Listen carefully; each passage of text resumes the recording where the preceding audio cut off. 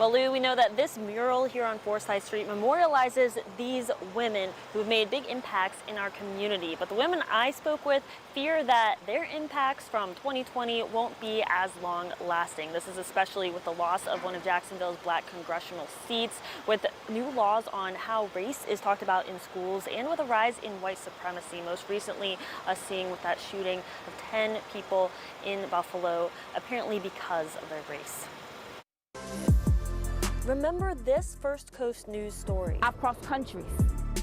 I've crossed continents. From November 2020. Torn from my home, I was dragged across the only ground I've ever known. Speaking with women leaders of Jacksonville's Black Lives Matter movement. It's time to take it to Tallahassee. It's now 2 years later. These women are still fighting.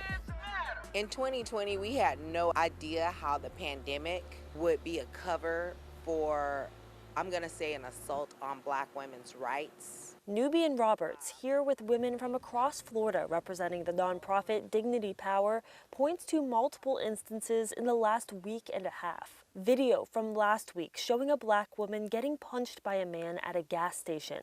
Activists this week calling for charges to be dropped against Diamonds Ford, who shot through her window when police were serving a no-knock warrant. A protest against teachers allegedly using racial slurs. We didn't get justice for Breonna Taylor.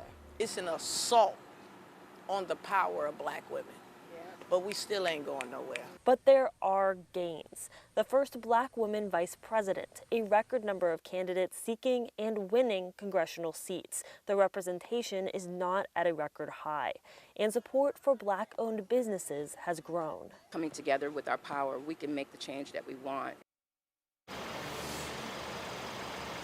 President Joe Biden plans to sign an executive order on policing today. According to ABC, it would most focus on federal law enforcement agencies and them reviewing their use of force policies.